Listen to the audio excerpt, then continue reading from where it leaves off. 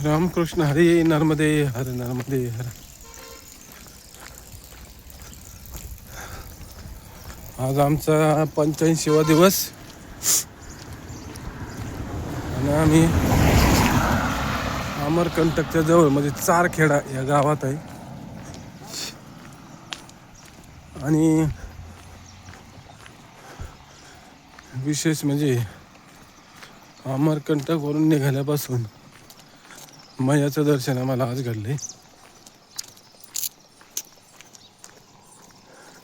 हे इकडे सगळे आश्रम दिसतात. इकडून ही मैया वाहते.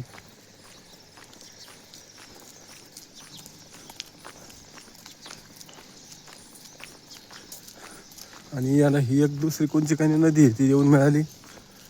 मैयाचा फुगारा इकडे वरती आलाय.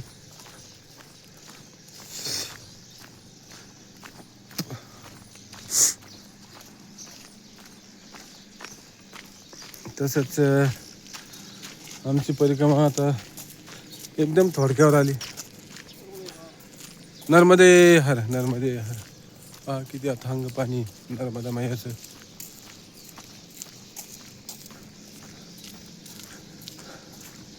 दुसरीकडून नदी आली त्याच्यावरचा पूल आहे.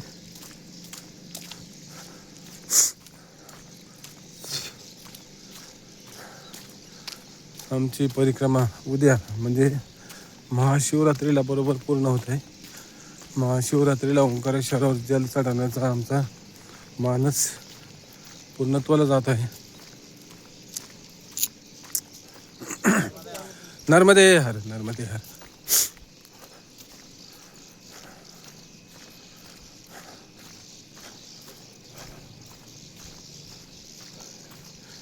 घरी जाण्याचा आनंद तो आहेच, पण नर्मदा मैयाला सोडून जाण्याचं ते दुःख सुद्धा त्याच्याबरोबर आहेचे. थोडं वाईट वाटतंय परिक्रमा संपत आली त्यामुळं. कारण परिक्रमेमध्ये दुःखदायक असं काहीच नाही.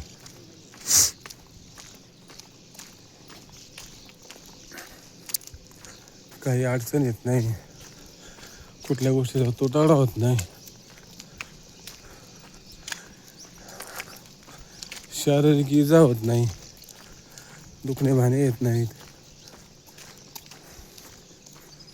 आणि त्यामुळं सहजासहजी घडल्या जाते.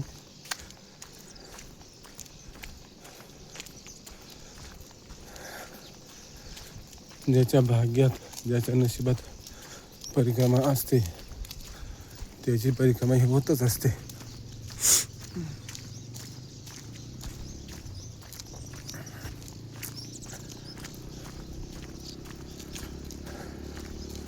आज आम्हाला बरोबर 85 दिवस झाले. 85 नाही, 86 दिवस झाले. 86 दिवस झाले आणि उद्याच्याला 87 दिवस. 87व्या दिवशी ओंकारेश्वरला जल चढवल्या जाईल.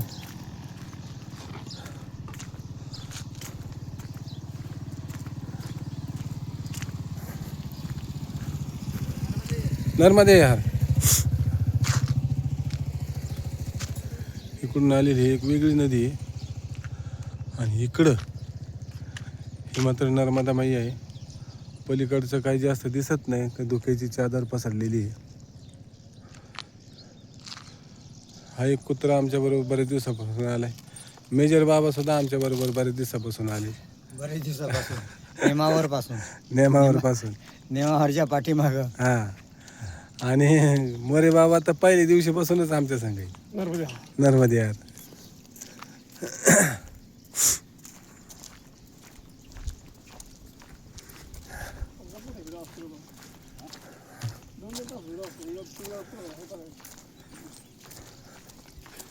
परिक्रमेमध्ये परिक्रमावासियांची चांगली व्यवस्था झाली जाते.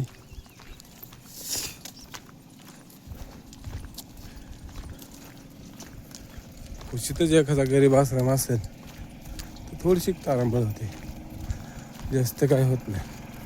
पण असं कधी घडलं नाही का आम्हाला उघड्यावर झोपावं लागलं किंवा बिना खाण्यापिण्याचं झोपावं लागलं, असं कधी होतच नाही.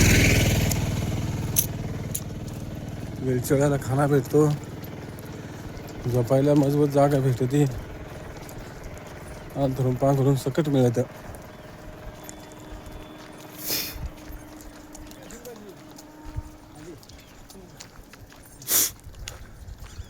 आणि इकडं नर्मदा मैयाच्या मधोमध शिंगाजी बाबा आहे, फार प्रसिद्ध आहेत ह्या क्षेत्रात. ते बहुतेक जास्त करून परिक्रमावासी शिंगाजी बाबाचा जे करतात. हां हां हां बरोबर म्हणते. ज्या परिक्रमावासी याला बोलावलं त्याला शिंगाजी बाबाने बोलावलं आणि त्याचीच परिक्रमा झाली असं ते सांगतात.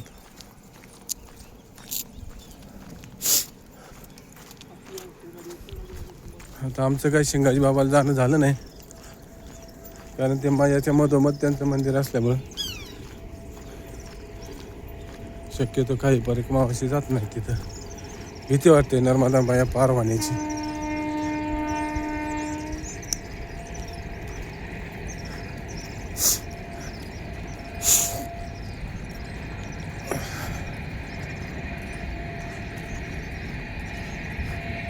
आमची परिक्रमा खूपच चांगली झाली, त्यामुळे आम्हाला त्याचा आनंदच आहेच.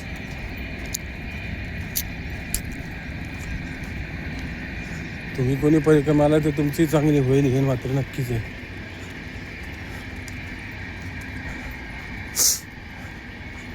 मात्र मी म्हणणारा मात्र ह्या परिक्रमेत टिकला नाही.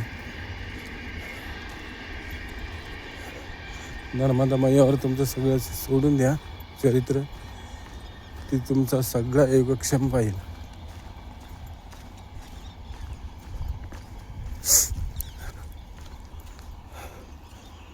परिक्रमेमध्ये नर्मदा मायाचे क्षणाक्षणाला आपल्याला अनुभव येत राहतात.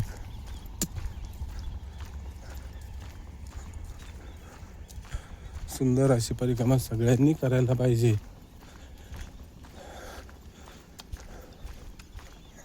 केली पाहिजे.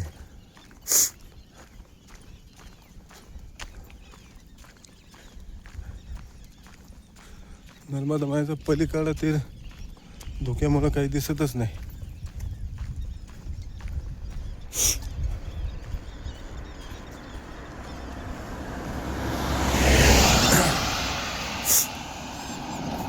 विशेष म्हणजे अमरकंटकपासून जे हायवे लागलाय तो थेट ओंकारेश्वरपर्यंत आहे. कुठून पगदंडीने मळ्याने रस्त्याने बांधाने कुठून जावं लागत नाही. त्यामुळे येताना प्रवास चांगला उरकतो.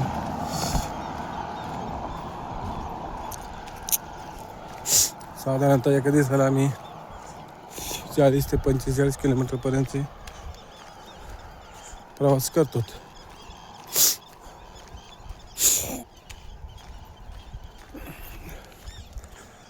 परंतु पायी प्रवास केल्याने जो आनंद मिळतो तो गाडीने प्रवास केल्यावर आनंद भेटत नाही.